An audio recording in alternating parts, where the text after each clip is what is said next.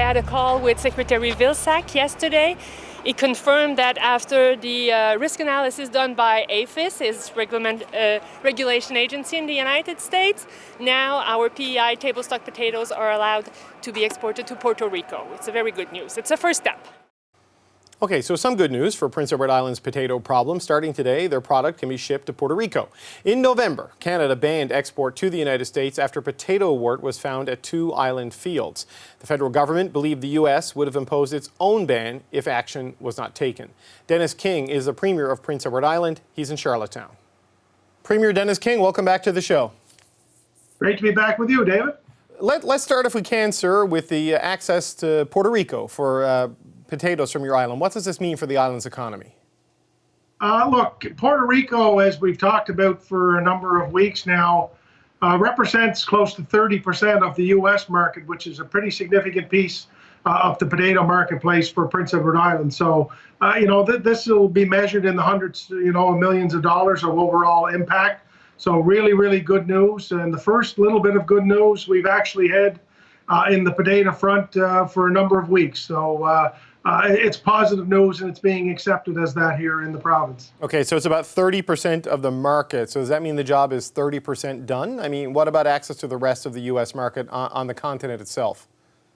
Yeah, look, I mean, the United States market, in particular the mainland continental U.S., is a huge, huge part of our marketplace. So as each day goes by and each week goes by that we're not in that market, it has a significant impact on the economy of P.E.I.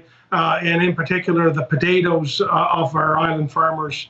And that is why we've had to resort over the last couple of weeks to be destroying potatoes and diverting them from the marketplace because we're not able to get them moving. So it's a big, big shot not to be in there, and the sooner we can get in there, the faster we can lessen the blow and try to make our way back from this crisis. I know your farmers and your exporters would have their existing commercial relationships inside the U.S., but given the inability to get it there for the foreseeable future, are there other markets? Is there a diversification option somewhere else you can look to sell these rather than having to destroy them? Well, I mean, that's immediately where your mind goes when you're faced with issues like this.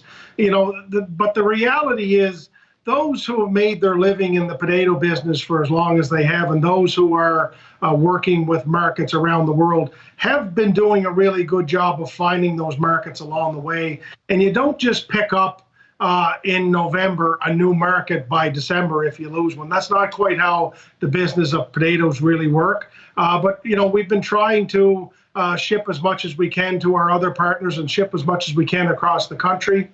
But it's you just don't replace the loss of that market like the United States. It's too big, it's too important, and too long-standing for us here to just replace it immediately. I wonder about diversification at the other end of it, right? Because Americans are not stopping to eat potatoes. They still like their French fries, mashed potato. So what's the impact on local farmers? I mean, are they being displaced by businesses and customers finding supplies from somewhere else?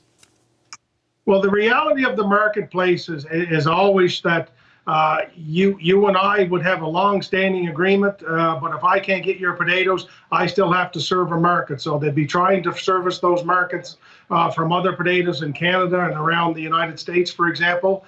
So it has an impact, and it trickles down throughout all parts of this. And it's difficult.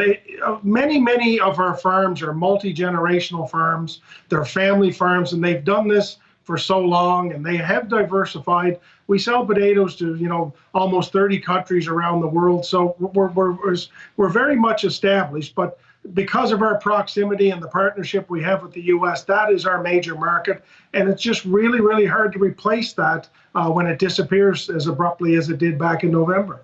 Okay, let's pivot to COVID if we can. You've rolled out a three-step transition plan with April 7th being the potential date for masking mandates and vaccine pass requirements to be dropped in Prince Edward Island.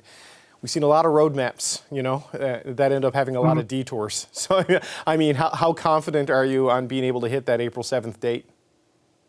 Well, I'm confident because we have been consistent in our approach from the very beginning. It's based on the science and the data and the epidemiology that we're seeing in the region, in the country, and in our province. So I am confident that we seem to have crested and our numbers are on that trajectory. But at the same time, it's cautious because it needs to be. We're a small province. We're a population of a little over 160,000. We have limited resources in terms of how we can manage major outbreaks, for example. So by our nature, we need to be cautious. April 7th is not that far away when you look at it in the big scheme of things, but it will mean that we'll have been in this for over 2 years. And I understand the frustration and the rush to want to get through this. I share that. I feel that as well. My job is to try to do this as carefully and cautiously as we can to get through it, and that's what our plan entails. You know, we saw Premiers Moe and Premier Kenny rolling these things out as well, and Premier Kenny last night talked about pause buttons if data and hospitalizations and things look like they're going in the wrong direction once restrictions start to lift. I just wonder, what data will you be looking at to determine if you can move from step to step? Will it be hospitalizations or will it be case counts or a blend? How will it work? Yeah, we have like 4 major factors that we look at. I mean, case counts are obviously one, hospitalizations, the severity of the hospitalizations, whether it's ICU, and other things. But we also look at, our epidemiologist talked yesterday about looking at our younger population who seem to be less impacted by the severity of this. And if we were to see that change, that would be one of the factors that we would change. But, the reality, David, as you know, each jurisdiction does this a little bit differently. Our size means that we've had to look at this differently than others. As I said, a population of 160,000, we know each other quite well for the most part. We have lost 13 people in the last number of weeks due to COVID-related symptoms and the infection. So we feel that here perhaps differently than some of the larger jurisdictions do. And I think that's part of the reason why we're as cautious as we have been. And I think it's why we've done as well as we have for the long term. But we're in the teeth of this now. We feel like we've crested. But, our plan is careful, it's cautious, and it has some timelines on it, which I think all 3 really were important to the island population to hear yesterday.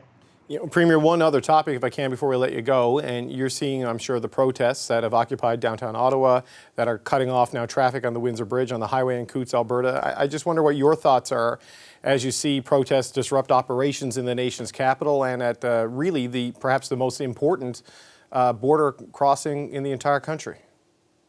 Yeah, look, I certainly understand that this has dragged on a lot longer than we all were prepared for it to drag on. So I know the frustration that goes with that. I very much respect the position of those and their right to assemble and their right to voice those views. I really just wish they would stay focused on that aspect of it as opposed to trying to be disruptors and to disrupt the flow of goods into and out of the U.S., for example, and to be paralyzing cities, et cetera, like that. It doesn't seem to me that that's a direct connection to what we're all frustrated about. Look, even the most ardent supporters of this, who have done everything that CPHO have asked them to do, are tired. They want to get through this, and I'm trying hard to understand the opposite viewpoint, but I'm really having a difficult time understanding what it's going to accomplish in that respect. So I'd like to see it come to an end and get past all of this from a COVID perspective and get back to some kind of normal in the country. Okay, Premier Dennis King, thank you so much for your time. Thank you very much, David. Great to be with you. Hi, I'm Vashi Capellos, host of Power in Politics. See more of our show by subscribing to the CBC News channel or click the link for another video.